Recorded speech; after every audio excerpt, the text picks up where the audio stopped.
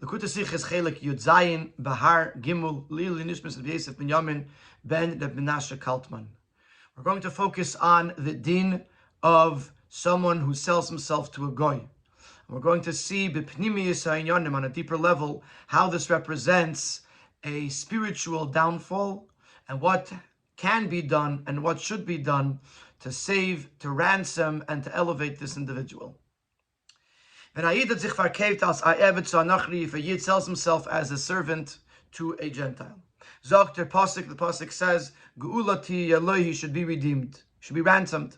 Echad mi'echav yigalenu, one of his brothers should redeem him. Oy doidoi, oy ben doidoi, or his uncle or his cousin, yigalenu should redeem him. Oy mishe'er b'saroi, or another relative. Gomer, etc. Oy hisiga yadav v'nigal, or if he can afford it, then he should redeem himself.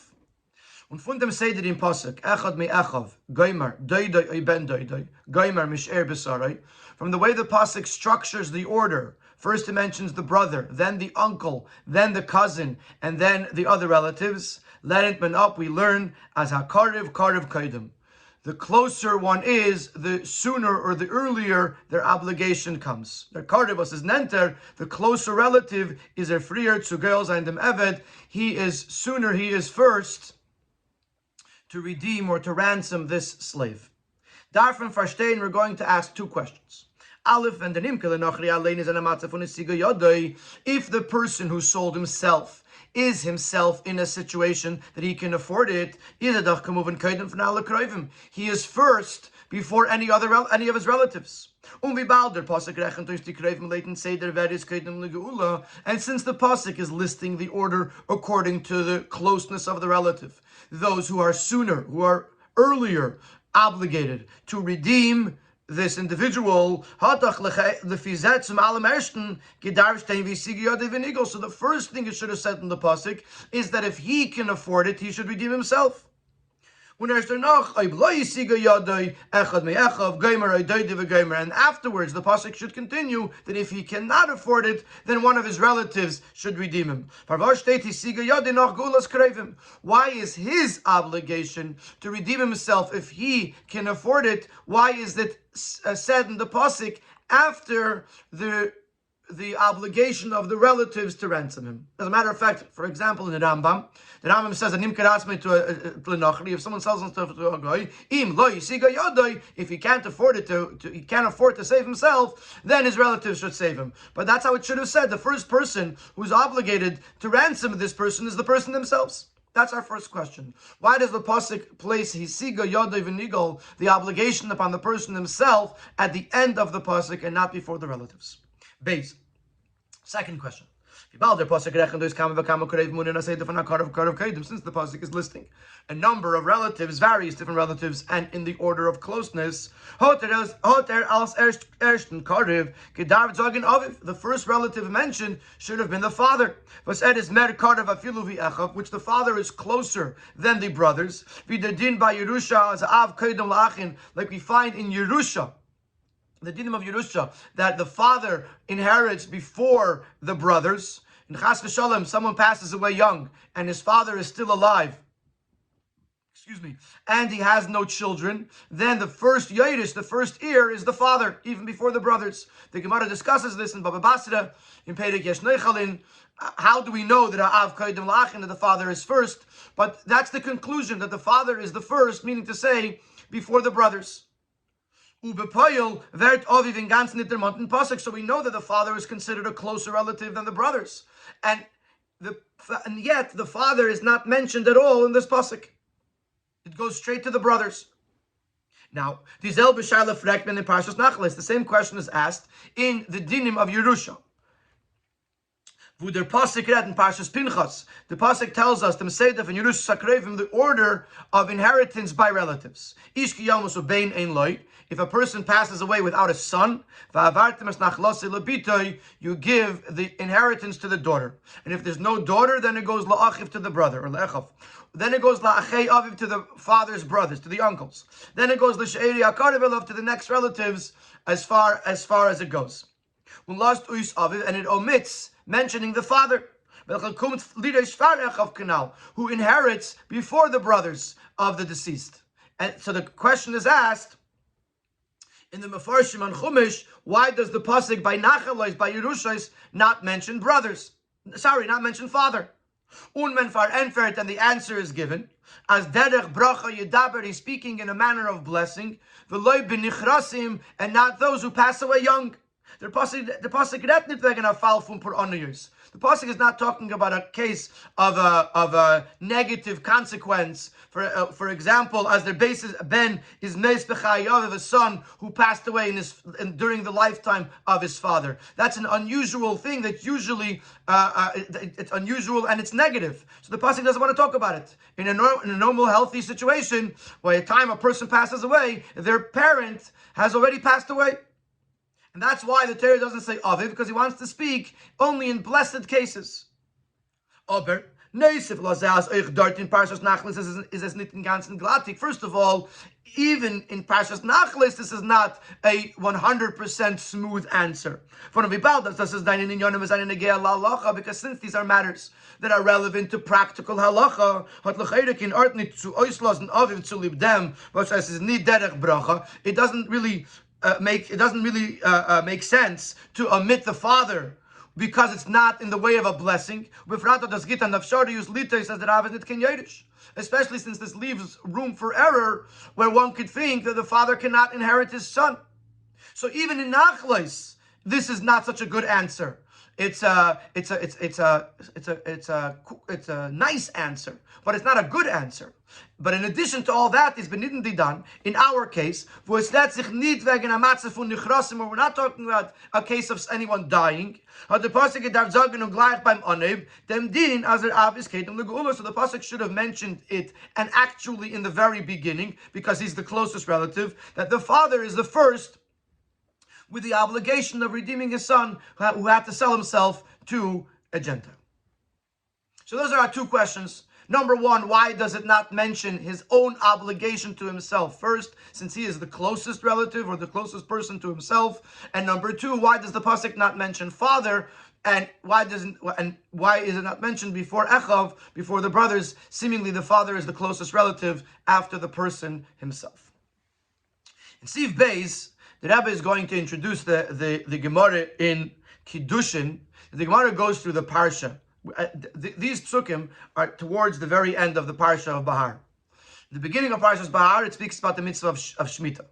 Then it goes through various different situations where a person is financially struggling and he is forced to sell some of his assets. Then he's forced, as in movable objects. Then he's forced to sell his field. Then he's forced to sell his house. Then he's forced, or not forced, but then the pasuk talks about borrowing with ribis, with interest. Then the pasuk talks about selling oneself to a Jewish master. Then the pasuk talks about selling oneself even to a non-Jewish master. The pasuk is that we're referring to, that we're talking about over here, is v'chisasik yad ger v'seishav imach. If the ger, in this case meaning a Gentile that is living in Eretz Yisrael, is able to afford it, umach achicha imay, and your brother, your relative, becomes poor, becomes impoverished, v'nimkar leger toishav imach, and gets sold to a ger toishav, which means a goy living in Eretz Yisrael, oy le'eker mishpachas ger. Le'eker mishpachas ger means the Avodah Zarah belonging to the goy. So there's a sort of downfall here, where it starts out selling his objects, his belongings. Then he sells his house. Then he sells his field. Then his house. Then he sells himself to a yid. Then he sells himself to a goy. Then he sells himself to Avodah Zarah, to idolatry. And the Gemara in Kiddushin says that this is actually a ripple effect from the person who is not careful in mitzvahs of Shvius. And therefore he becomes impoverished, and first he has to sell his belongings, etc., until this pasuk that we're learning about, where he sells himself to a goy. And the Rebbe is going to say that this is obviously not just a financial struggle, this is also a spiritual downfall when a person is ready to sell himself even to a goy and even to Avodah Zarah, to idolatry. Will explain the answers to these two questions based on what it says in Chazal, as the parashas, when they said that the sections of this Parshas Behar, are written in an order. They are showing us The order of the downfall was can kommen durch nicht abhitten die mitzvah, which can come through not keeping, not observing the mitzvah. Afilu nar avaka von shvius, even not even just a trace, even just an offshoot of the mitzvah of shvius. The reason it says avaka is because in the Gemara over there it's talking about someone who sells the peiros shvius, the fruit of shvius. The original iser prohibition of shvius is to work the land. Not to sell the fruit of Shvius is only an offshoot of the main prohibition of Shvius, which is to not work the land. So even if he is just selling the fruits, which is already avaka, it's only an offshoot of the actual Isra of Shvius, it leads to this downfall. First he sells his movable objects, and then he continues to fall level after level until the ultimate downfall, that he has to sell himself to a goy. Was meant, as Rashi translates, la'avedes elilim atzma. He sells himself to the idol liyos l'shamash, to attend to it. Doesn't mean, Rashi says, doesn't mean that to worship the idol. It means to take care of it, such as chopping wood for it or drawing water for it. So this is a gradual downfall that the person experiences due to the lack of being careful, of keeping, of observing the mitzvah of Shvius. Wie verstandig in Pashtus, as it's obviously understood, das nicht nur eine Rede in Gashmias, als muss verkaufen alle seine Nechasim Chulu, bis zu verkaufen sich allein und dazu noch zu Anochri, that he's forced financially to sell off his belongings, and then he ultimately sells himself, and ultimately to a goy. Nur es weiß, dass Akesede dike Yeridu und Shvalamatzev Beruchnis. It actually shows that the person has a systematic and gradual downfall, even on in a spirituality, on a spiritual level. The fact that a Yid would sell himself to a Goy, number one, this is against the Torah. It's a prohibition. You're not allowed to sell oneself to a Goy. The second issue is, this is a situation that opens the possibility of it opens up the possibility that here Rabbi doesn't mean a teacher. Rabbi over here means the master. Since my master is a megala arayis, is one who commits adultery. Worships idolatry. Shabbos desecrates the Shabbos. When you sell yourself to a goy and you find yourself in that environment, then it could have an influence on you, on a person, that because his master and the people he's around are doing these terrible things, these cardinal sins, that he could do it as well. Certainly, if one sells himself to the actual idol, to attend to it, working for the idol is the exact opposite of being a servant of Hashem. So clearly this person is struggling spiritually. The fact that he goes against the Torah and sells himself, the fact that he puts himself into a situation that he's around the people that can influence him in these terrible transgressions, and the fact that he sells himself to Avodas Elilim, which is the exact opposite of the fact that he is a servant of Hashem, this shows that not only is he struggling financially, he is also struggling spiritually. So now we understand, so now we're shifting, so to speak, in order to answer the questions, we're shifting to the more spiritual, the more Avedidike approach, that we're talking about a person that is struggling beruchnius. In Sif Gimel, we're going to talk about how he got here. How does a person get to a place that he has fallen so low spiritually? How is it possible for someone to fall so low to the point that he would sell himself to the idol? That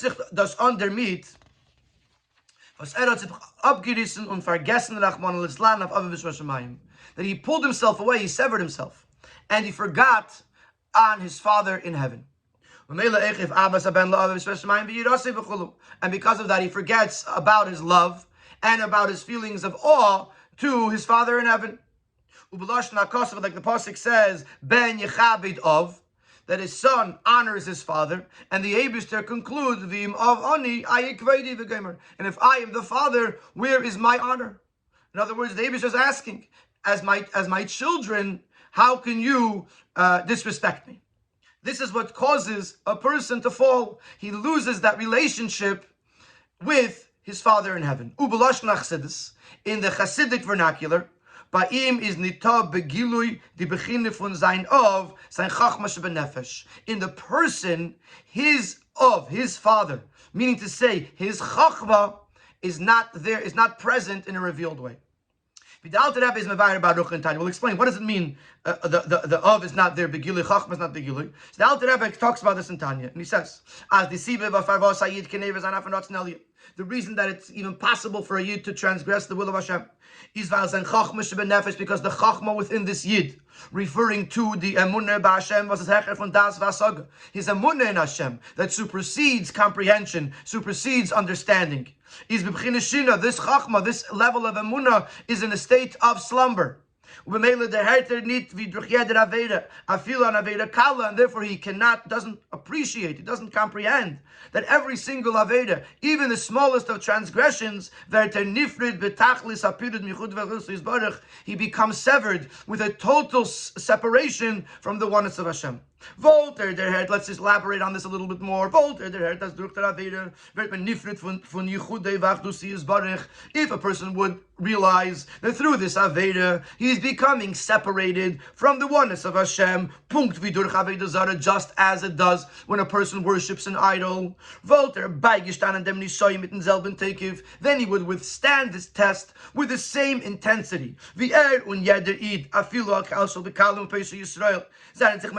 How he or any other Yid, even the lowest of the low and the sinners amongst the Yidden, would give up their lives for the holiness of Hashem. If he realized that this Aveda is the same separation, then he would withstand the test and he wouldn't fall. Without even thinking about it. As if it's something that is absolutely impossible to deny the oneness of Hashem, to rebel against the oneness of Hashem. So when the Chachma shebenefesh, which is the emunah, which is the Abba, the Father within the person, is operating, is functioning, then it's not possible for a person to fall, because he realizes that every time he does an Aveda, this breaks apart his relationship with the Eibishter. What happens? What happens is that the Chachma shebenefesh, this emunah, is asleep, it's dormant. And therefore, it allows for a possibility that a person could think that it's not such a big deal.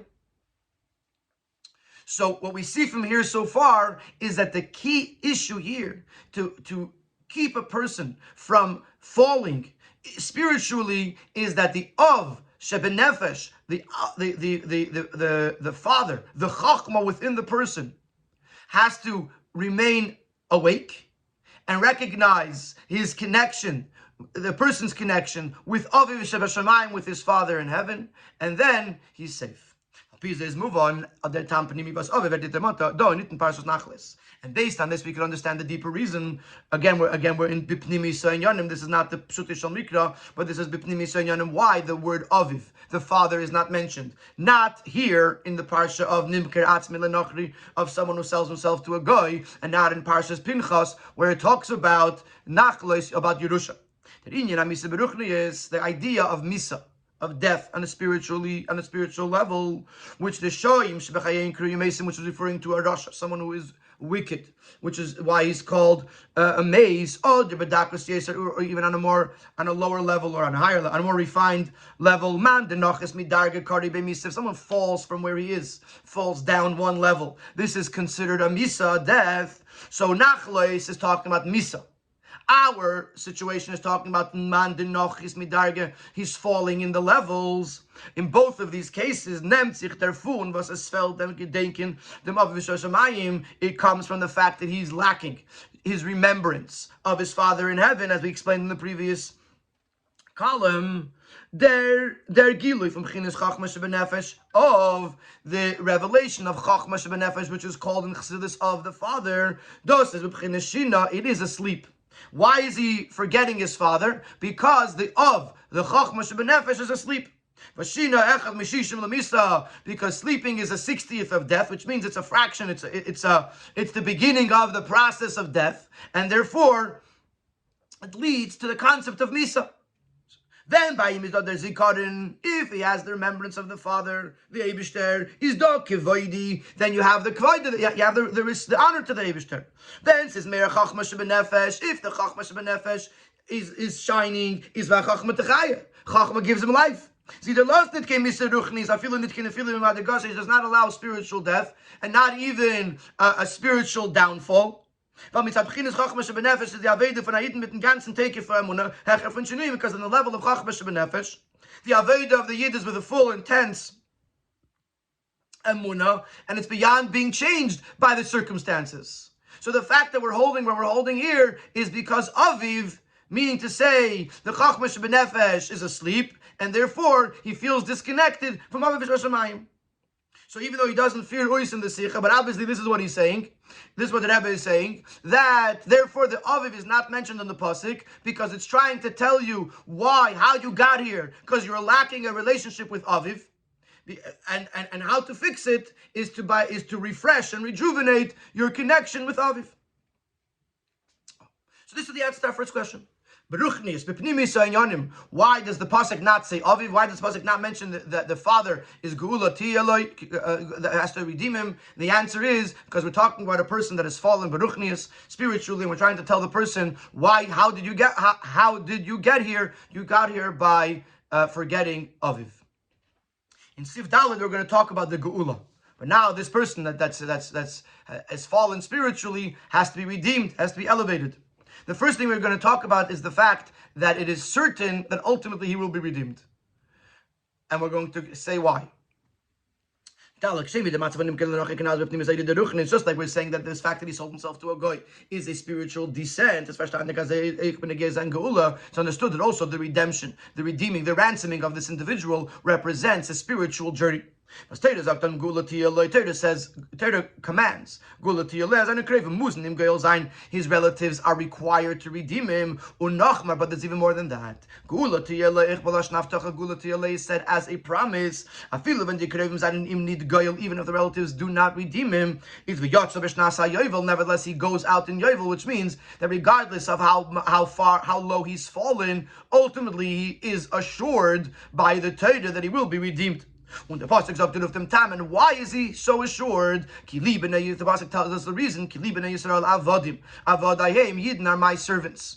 Shtari kaidem, my star, my contract, my agreement with the Yidden is first. They're mine first, and therefore, even if later they sold themselves elsewhere, ultimately I can always call back my original agreement with them, and they're really truly mine. Das may be pnimius.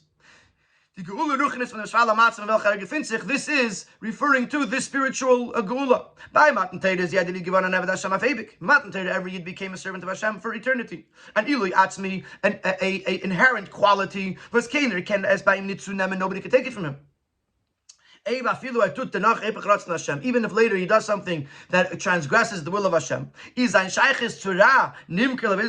fact that he has a connection to the Torah, to bad, to evil, the fact that he's sold to a idol, it's only a superficial add-on to his true core being.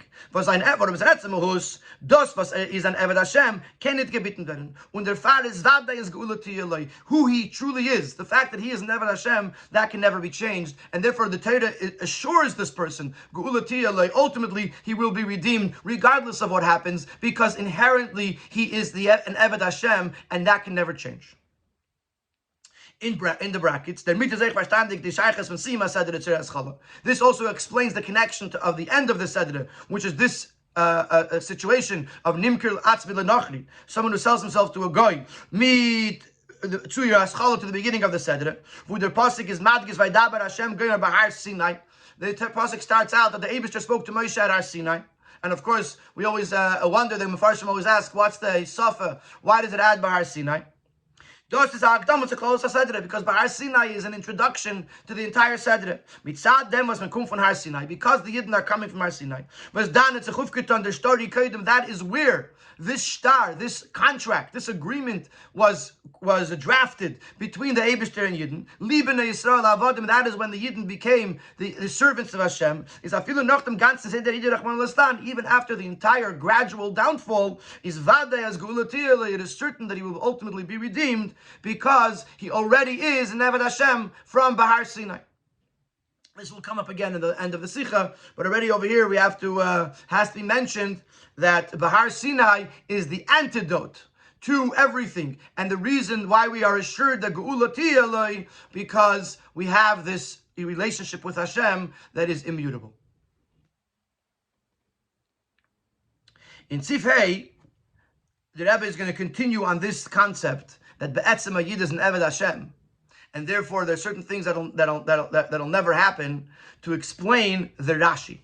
The Rashi on this pasuk. And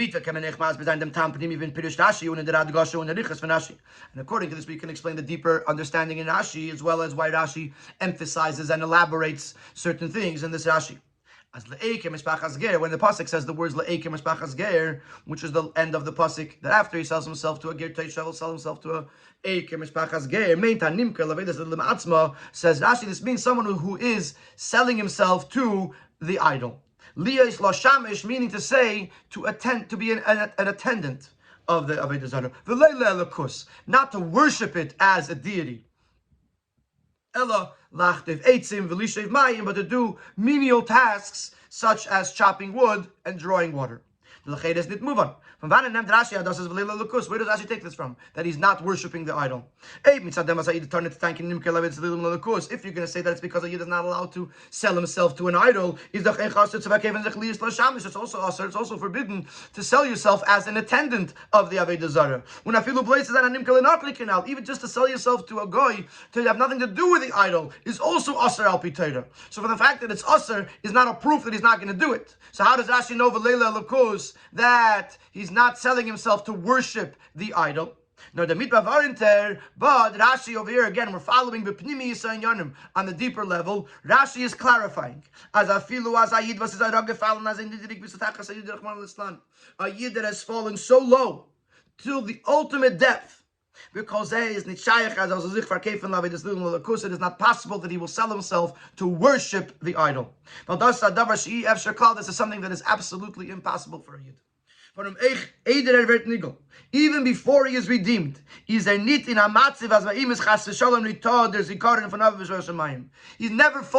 reaches a state that his father, that the memory of his father in heaven of Hashem doesn't exist, and is not abgetragen und schlaft. He is distracted and he's asleep. The Chachmas Benefesh does not cease to exist, as his it's only, as the Tanya says, very, very specifically, it's asleep. It's still there, it's just that it's asleep. When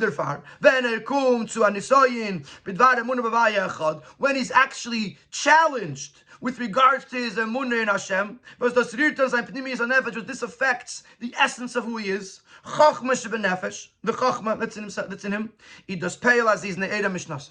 This accomplishes, this causes that it should wake him up from the slumber. Und der Lust nicht als durchfallen, that the Nisoyen does not allow him to fail this test.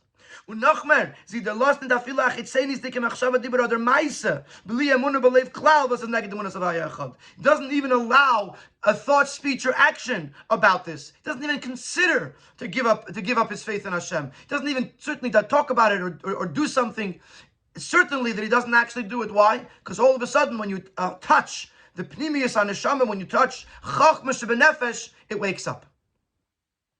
Because it was only sleeping. It didn't stop existing. Underfar, can it sein as a Yid sich verkaufen lelekusa? Cannot be, says Rashi, that a Yid should sell himself to worship an idol. Afilu zu das tan b'li emunah b'leiv klal, even if he's not thinking about it, even if it's without feeling it or believing in it.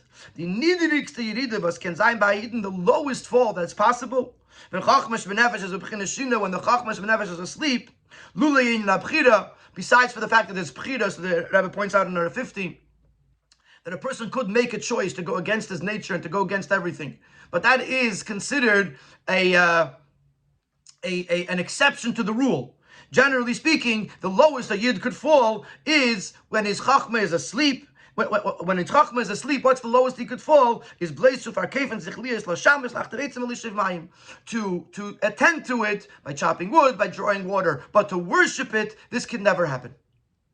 So now that we've established that Geula Ti Eloi means that ultimately there will be a Geula because the Yid is an Eved Hashem, and that is the definition of the Yid, and everything else is just a superficial addition to who he is, but it doesn't define him. This explains why Rashi says V'leila Lakus, because a Yid can never fall that low. A Yid can never come to a place that he's actually selling himself to worship an idol.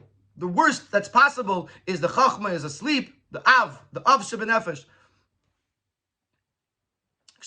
is asleep, and therefore he'll attend to it. He'll take care of it. He'll sweep up for it. He'll chop wood. He'll draw water, but nothing close to worshiping it. So now let's talk about helping this person.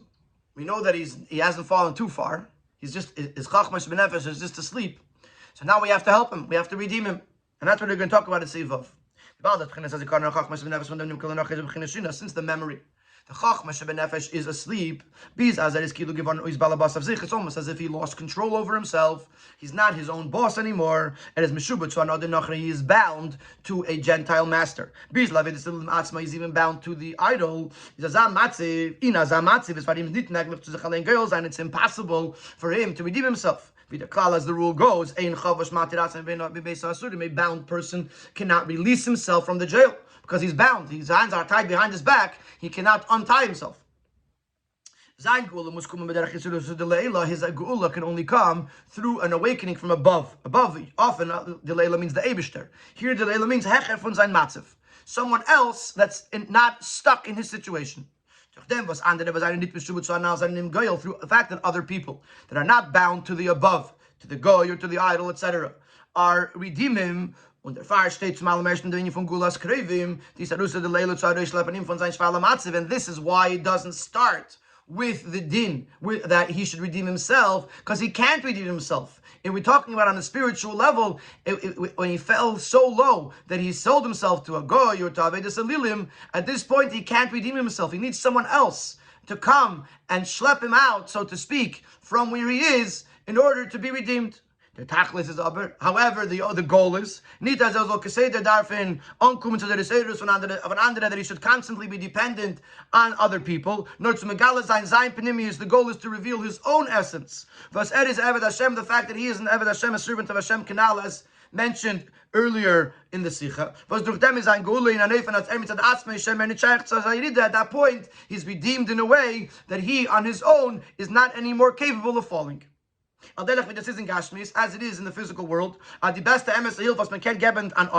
the best, most possible, the best, most truest, most help that you can give to an impoverished person is to put him in a situation that he doesn't have to rely on other people. You can give him $1 or a sandwich and he'll eat today, or you can give him a job and you can give him enough, a loan that puts him on his feet that he should not have to depend on others. Similarly, when this person has fallen so low, yes, the first and foremost, he has to be taken out of the situation, but the goal is to put him in a situation that he doesn't fall anymore. This is why the pasuk ends with the fact that if he can afford it, he should redeem himself. Their tachlis from the gulas krevim is their uftu as because that's the goal. The ultimate goal of the ransoming by the relatives is that he should be in a situation where he could ultimately take care of himself and redeem himself.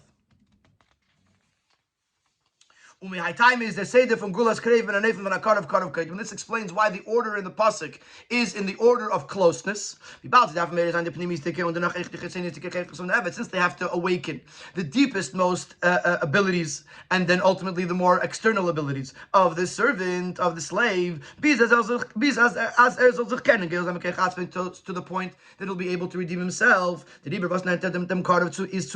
closer the relative is move on as alts pnimis to give a zayin Hashpa und Wirkung in der Eidus von einem Eved, then the impact and the influence of this person could go deeper and more internal, more personal, because he's close to him. That's why Karov Kaidim, because since we're trying to help this person reach his essence, we need someone who can actually have that positive influence on him. The closer one is to him, the closer, the more impactful that influence can be.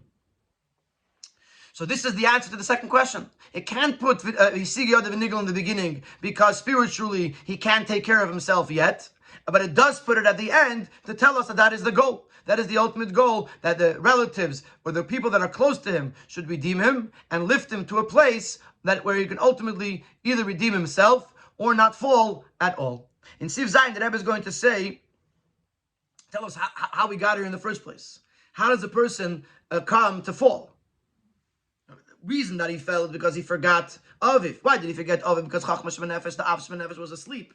But how did he get to that point? The reason and the possibility why a person can fall is from the Seder is hinted and emphasized in the beginning of the Seder. When you will come to the land, because they're going into an inhabitable land, where you have to conduct yourself according to the rules of nature. 6 years you sow the field, etc. As the pasuk continues, all the various different work that has to be done in the fields and the vineyards with the physical earthly world. Not as it was in the desert, where they were removed from physical matters. For it came to food, they ate food from heaven, which was the mun. Getrunken from Be'er Shel Miriam, when they had to drink, it was from the well of Miriam. When getrogen levushim was the anani hakavod, yushafim chulu, megatzim chulu, God levushim imoem. The clouds of glory would clean and press their clothing, and their clothes would grow with them. So they didn't even have to go shopping and search and buy clothes. So their physical needs, the material needs, were all provided for. But when they came to Eretz Yisrael, they had to start engaging with the physical world, with the land. So it creates a possibility for a person to fall. When you're engaged with the Gashmias, it has an effect on you. And therefore, right away in the beginning of the Seder, we give you the antidote. Because since you're coming, it says, and then, so you're coming from Har Sinai. It's a certainty. As nitnar vet ben alein bleiben ganz, then only will you yourself remain complete. Gourarie you'll be redeemed. Remember that it will also be able to impact the world, the land, the earthliness, to elevate it, to refine it. As Yisrael, you transform the land of Canaan into the land Yisrael. And in Eretz Yisrael itself, you bring it to a point where it could rest. Shabbos for Hashem. Tmura Zevos is given on Mitzvahs from the Behar in Eretz Yisrael. So Valcharaid can say for Kefan Achman Litzlan that in place of the fact that there was a possibility for Avodah Zarah in Eretz Yisrael, to which it was possible that a Yid could sell himself, there Eiker Mishpachas Ger, it becomes Eiker Mishpachas Ger. Kapirush HaTeis explains why is an idol called Eiker? Because Shesoifa Li Oker, because ultimately it will be uprooted. As Vernerker the Ganzin from Avodah Zarah. So when a person remains connected to Har Sinai, to the Torah, and to the Shtori Kedim, to the fact that a Yid belongs to the Eibishter, a Yid is never Hashem, this affects the person, this affects the Eretz that becomes from Eretz Canaan, it becomes Eretz Yisrael, and from Eretz Yisrael it becomes a place that is totally, Avodah Zarah is totally uprooted. The land will rest, and Zet Begilu Visis Liha Aretz, it becomes revealed that the land, the earthliness, the Gashmias, belongs to the Eibishter. And that's the ultimate goal. And how is that done? Through Bahar Sinai, through retaining one's connection to Har Sinai, and remembering that that we are an Eved Hashem, and Shtar Kedem, the Eibishter's Shtar, the Eibishter's agreement with us, is first, and that is who we are forever.